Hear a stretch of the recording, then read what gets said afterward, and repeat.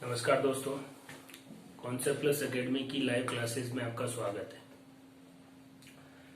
पिछले कुछ पार्ट में मैंने आपको बताया था कि सेल के बारे में बिल्कुल जनरल बातों से अपन ने शुरू किया है।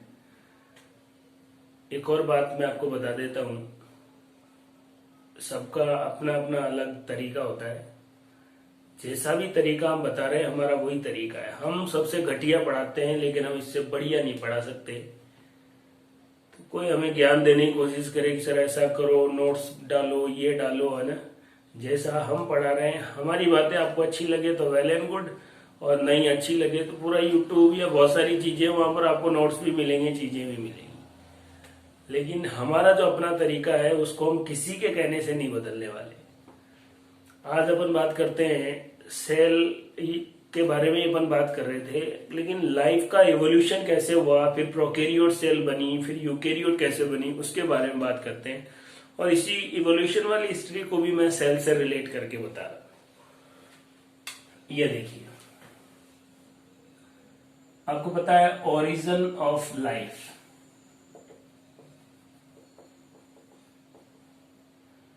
जीवन की उत्पत्ति।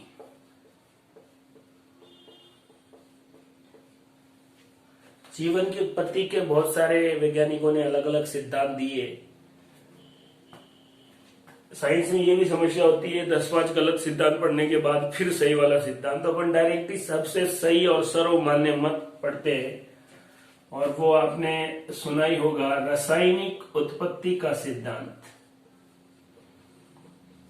रासायनिक उत्पत्ति का सिद्धांत, theory of chemical synthesis.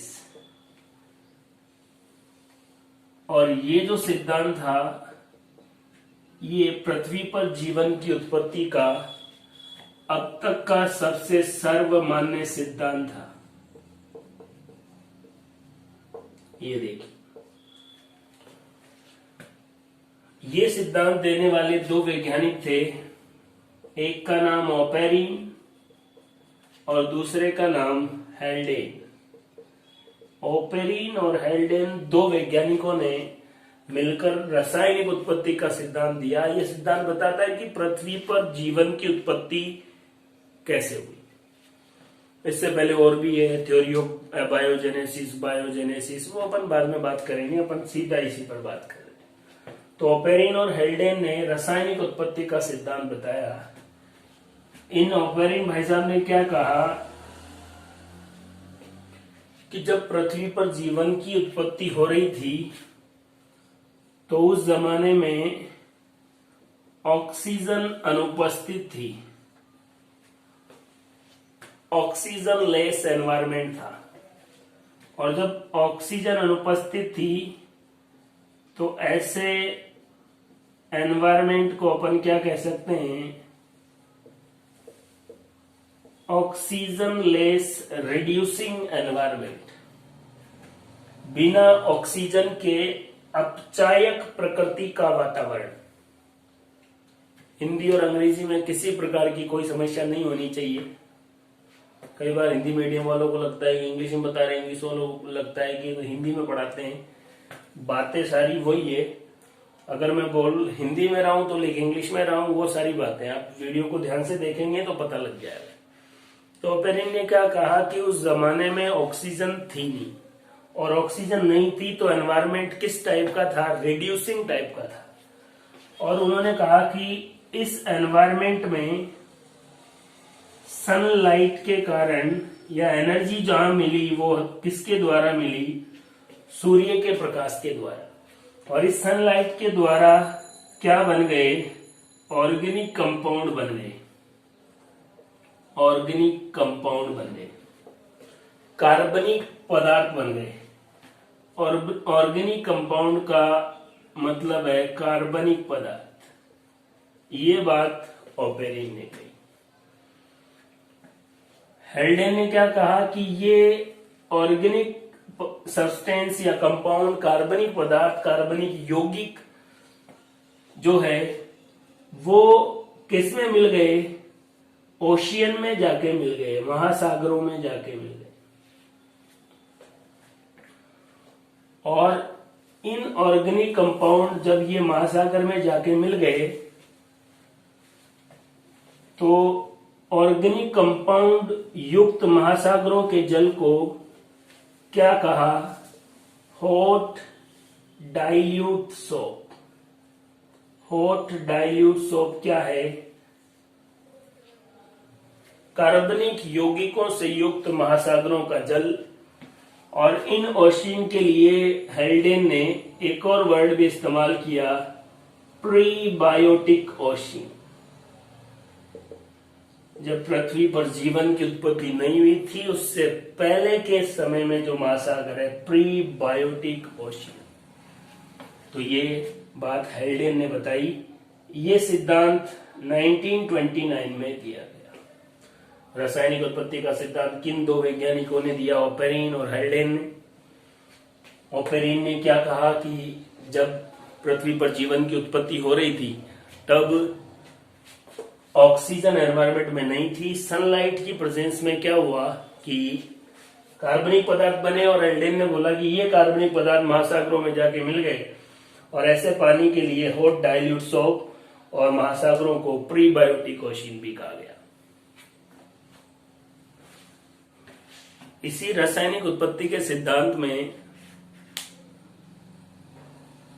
Oparin और हेल्डेन ने कुछ पर्टिकुलर स्टेप भी बताए कि पहले एटॉमिक फेज आई, परमाणु बने, फिर उसके बाद अणु बने, उसके बाद एकलक बने, बहुलक बने। ये सारी चीजों को भी मैं बताता हूं। तो उन्होंने कुछ स्टेप या पद बताए कि इस तरीके से पृथ्वी पर जीवन की उत्पत्ति हुई। पहला उन्होंने कहा कि सबसे पहले एटॉमिक फेज रही, परमाणविक अवस्था। ये लो, परमाणविक अवस्था। फिर उन्होंने बोला कि उसके बाद जो फेज आई एटम के बाद में मॉलिक्यूलर फेज रही। ये मॉलिक्यूलर फेज, आणविक अवस्था।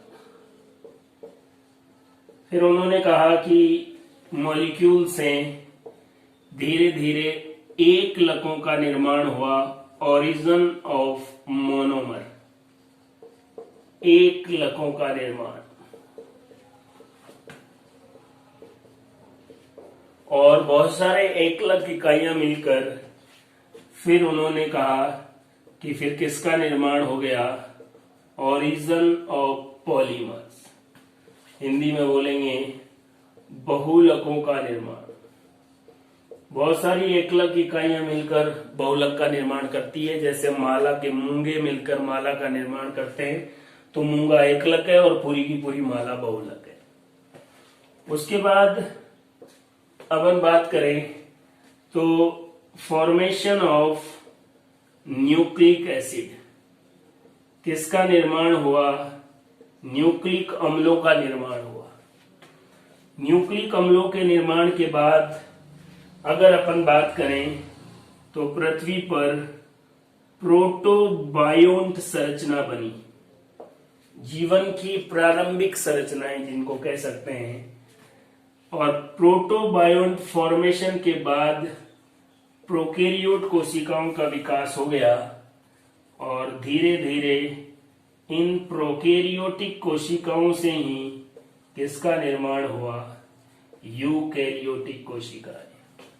एक मान्यता ऐसी भी है कि आज के 1.5 बिलियन ईयर्स एगो या पहले किसका निर्माण हुआ था? यूकैरियोटिक सेल का। और ये थ्योरी किसने दी थी? ओपेरिन और हेल्डेन ने। ओपेरिन और हेल्डेन ने अपनी थ्योरी के 7 स्टेप बताए। एक एक के बारे में अपन डिटेल बात करेंगे। अब तक की बातों से आप समझें रासायनिक उत्पत्ति का सिद्धांत किसने दिया? ओपेरिन और हेल्डेन ने। और उसके एक एक स्टेप सबसे पहले अपन स्टार्ट करेंगे एटॉमिक फेज के बारे में।